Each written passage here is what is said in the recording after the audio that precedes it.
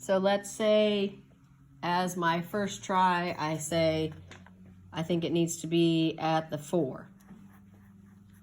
Then I would count and I would see how many jumps am I from the balance point to the first dot. So I would go 1, 2, 3, 4. So the weight on that side is 4. Then I would start at the balance point and go to the first dot, and then start again at the balance point and count to the second dot. So I would go 1, 2, 3, 4, 5, 6, 7, 8, 9, 10. So that side would be 10.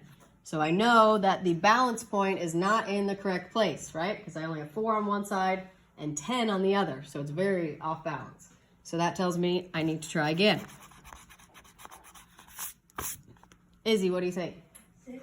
Okay, so let's put the triangle under the 6 and do our jump counting to the first or to the left side where you're 1, 2, 3, 4, 5, 6. And then counting to our right side, so we count to the first dot and then start again, count to the second dot.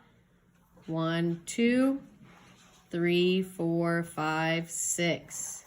So did we balance it? Yes. Yes, because we ended up with 6 jumps on each side of our balance point. So we can put our who can give me a good sentence for an explanation of why we put our balance point at the 6? Hayden? We put our balance point at the 6 so that if you do your hops on both sides, you get the same number and Good.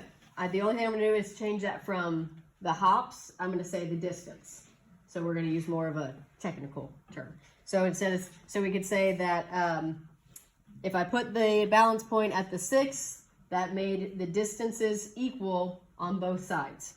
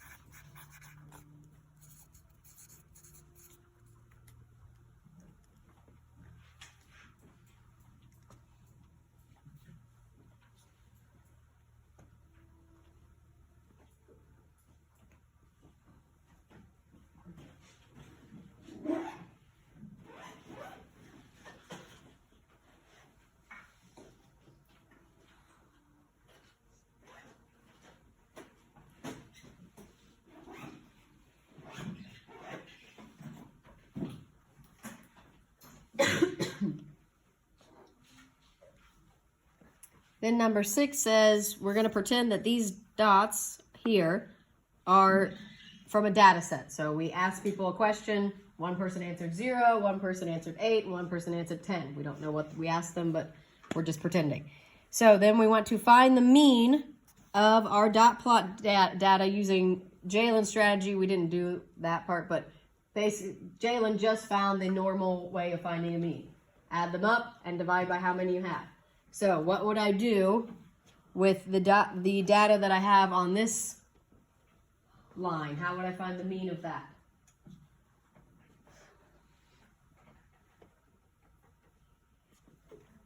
Only one person knows how to find the mean?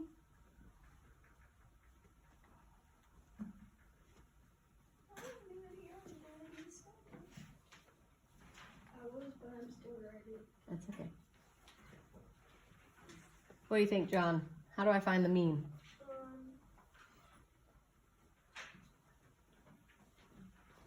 We're using these dots here on the number line. So we have a dot at 0, a dot at 8, a dot at 10.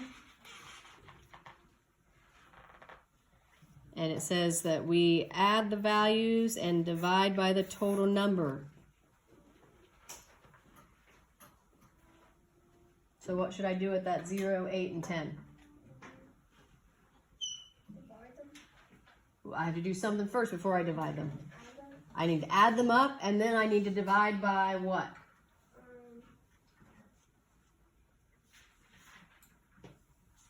How many numbers did we start with? I started with like 3 of those. So if I started with 3, that's what I need to divide by.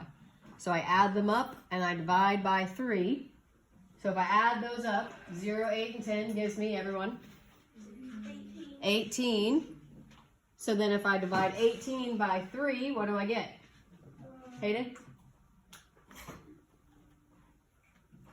It doesn't divide evenly. Yeah, it does. Carter? 6. 6. And where did we end up with our balance point? 6. At 6. So we would write that we would add 0 plus 8 plus 10 equals 18, comma, 18 divided by 3 equals 6.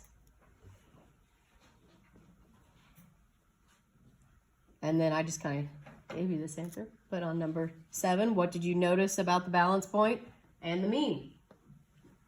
Emma? They're the same number. They're the same number.